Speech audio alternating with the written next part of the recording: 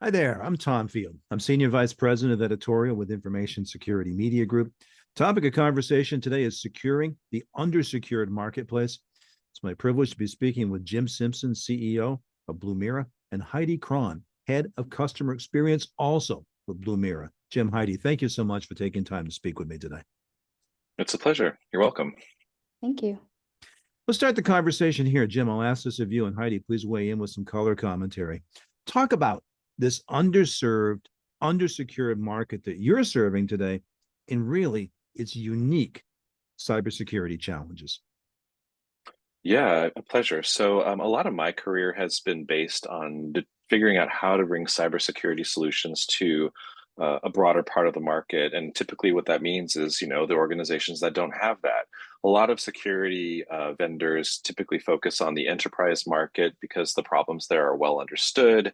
We've been doing that for a long time, and going to the broader market, the SMBs, the lower end of the mid market, is pretty challenging because you have to purpose build solutions in order to access them because they don't typically have the same resources to bring to bear on it. They might not necessarily have the same subject matter experts working in their organization.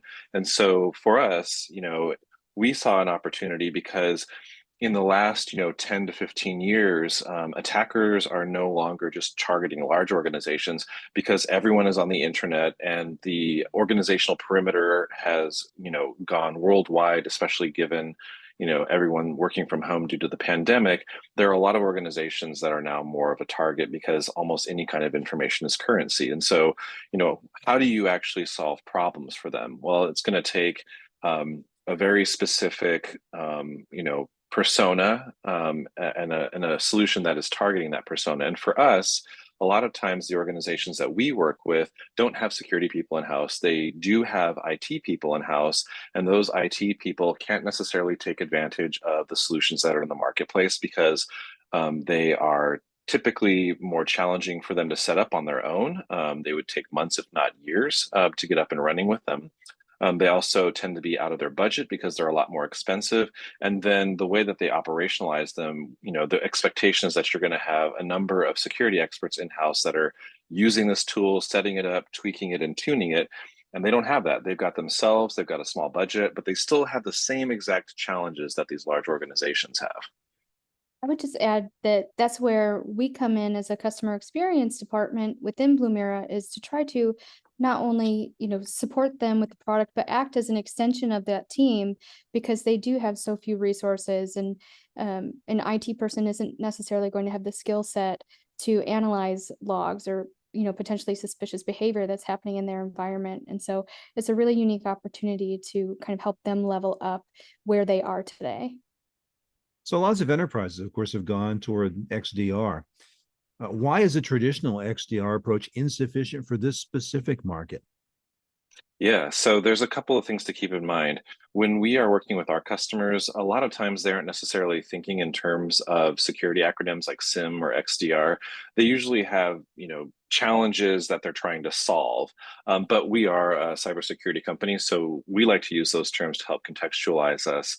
And the solutions that we offer. And in particular, what we would call traditional XDR, there's a couple of aspects of it that are difficult to deploy, I'd say, in the broader market, or at the lower end of the market. You've got either they're closed systems, and so the expectation is that you're going to buy all of your security solutions from a single vendor and then put them all together, and then you're going to get this XDR solution, which is just out of reach for a lot of the customers that we're servicing.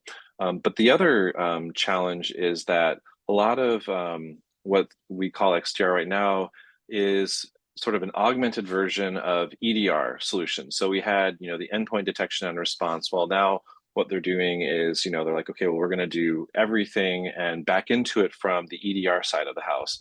Our perspective is that, like, the real value in the overall solution is the ability to synthesize information from your endpoints, the logs that are coming from all of the various tools that you're running, through a SIM-based approach to XDR. So I think that's like the big differentiator for us, is we approach it from looking at the incidents and the events, but we're pulling in a lot more information to provide a more comprehensive view of what's going on. And then I think the other thing that's really unique to Blumira is that because we're ingesting all of our customers' information into the cloud, into our own cloud, we have the benefit of building on top of a large corpus of data. So, for example, if we are seeing a trend with a certain attack on a certain vendor, we have petabytes of information that we can then build detections to find that particular threat that we're looking for and effectively test it, so that when we deploy it to customers, number one, we can do it a lot more quickly, and number two, we have a lot more confidence that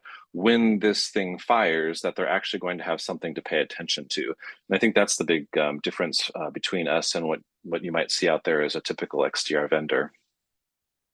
Jim, Heidi, I want to hear from both of you here. Talk about how Blumira is unique in terms of, one, the XDR solution you bring to market, and two, how you collaborate cross-functionally within the organization to ensure superior incident detection and customer experience. Right in your wheelhouse, Heidi.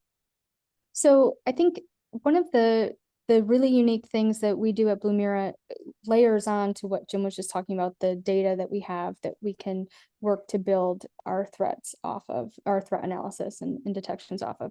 And that is done by our incident detection engineers. And these are humans who go through and look at all of that data and are looking at emerging threats, known threats, all kinds of things that we can do. And we'll even sometimes detect those threats before we've released a detection. We can see it in someone's network and we can reach out to them really quickly and say, hey, by the way, we're seeing something happening in your network. We're about to release a detection for it, but we want you to know that, you'll want to respond to it right away, which is, I think, a really unique thing that we do between the incident detection engineer and the customer experience team. And I highlight that because the customer experience department is that bridge for our customers between the IT team that they have, which could be quite small, and our detection engineers, that security expertise that they just don't have usually in-house, that we are the extension of.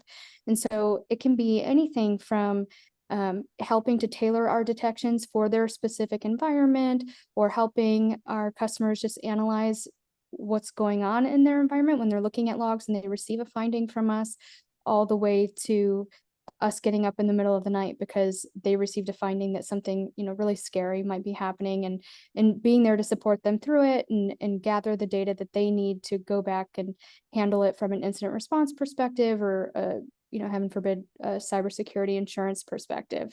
And it's just a really unique way that we collaborate internally to support our customers on the other side of the equation.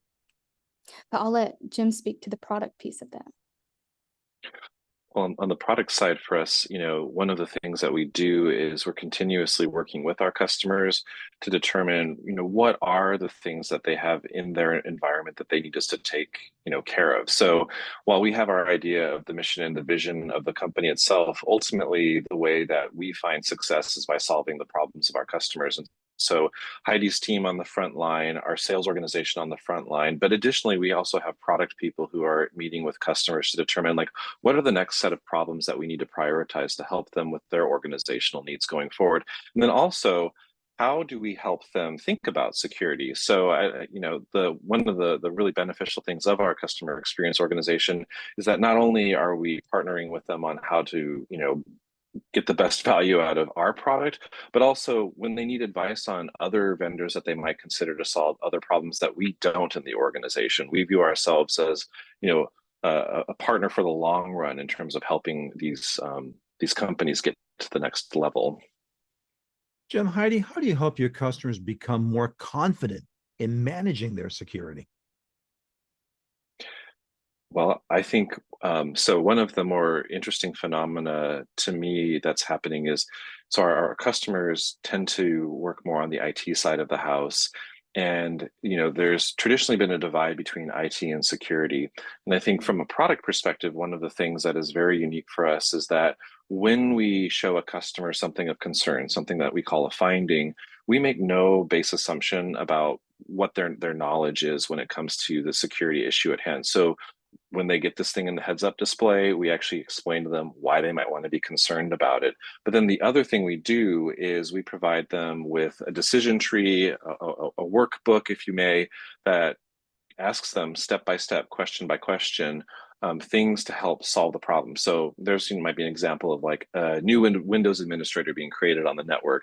Well, we would explain to them why this could be a potential concern from a security perspective. Could also be totally valid. But the very first question that they encounter in our product is, did you set up a new Windows administrator? The answer is yes. They can sort of close it, put it in the audit log and move along. But if they said no, then they get the next step until they walk through that process and solve it themselves, which part of the intent of what we're doing here is empowering IT people to do more security work by virtue of practicing it in real time. To add what Jim was saying from a CX perspective, what we then do is are basically a safety net in terms of helping them understand what those findings are and working through the nuances when maybe they're not sure right out of the gate whether it's actually a security risk to them. And we do that very reactively, but we also help them proactively, even when they're onboarding, in terms of helping them think about how they want to set up Blumira, how we should be gathering logs, advising them on general security posture, and elements like that are just so important to their success long term and help to increase their confidence in their own security. And our goal is not just to be that extension of their team, but to really help them increase their own expertise over time. Very good. So with an eye toward 2024, what are the threats and threat actors that your prospective customers really need to watch now? And what would you say are the questions they need to be asking about their own detection and response capabilities? Sure, yeah. So I want to frame this a little bit and go back to kind of like how security has operated traditionally. We have a thesis here that good security can happen within, the first standard deviation of the mean when it comes to solutions.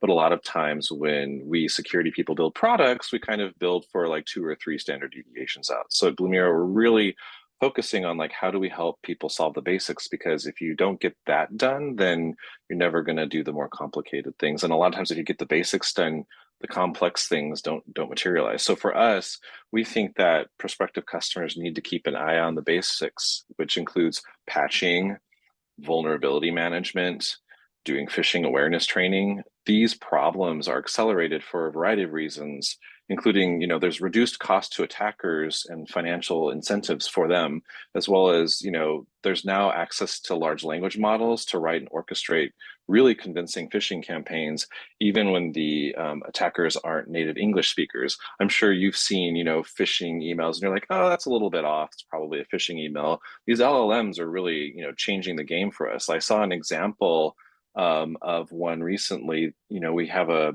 potential government shutdown looming, and it was this beautifully written thing targeting employees of the government that effectively said, oh, if this happens, all you need to do is click here. We're going to make sure that you're going to get access to healthcare, mental health benefits, some amount of money. And it was just, very, very convincing. And so, again, we want to make sure that, our customers are still focusing on those basics. And then when it comes to detection and response capabilities, we think organizations need to have awareness around like where their logging gaps are. And that's, you can do that using a partner like us, where we can provide you with that executive summary of everything we're seeing. And like Heidi was saying, our customer experience organization, the solution architects, can help identify where those gaps are. Or, you can go out and pay an auditor or a pen tester to validate that detection capability.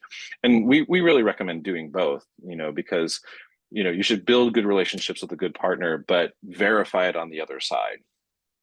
Very well said. Heidi, some closing thoughts from you.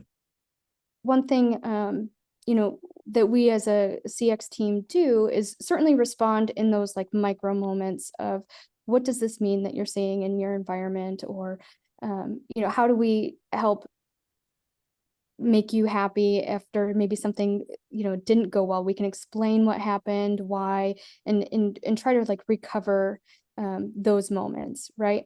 But we're also thinking at a macro level as well. And so something that we do is quantify all of those conversations that we have and get really granular to understand what it is that customers at the highest level are seeking in our product, what the underlying problems are that they have. It's not necessarily always the solutions that they're asking for that we're really tuned into. We think of those, but really what we're trying to get to the heart of is like, what is the underlying need that has led them to contact us? And sometimes that's a product-based solution and sometimes it's not.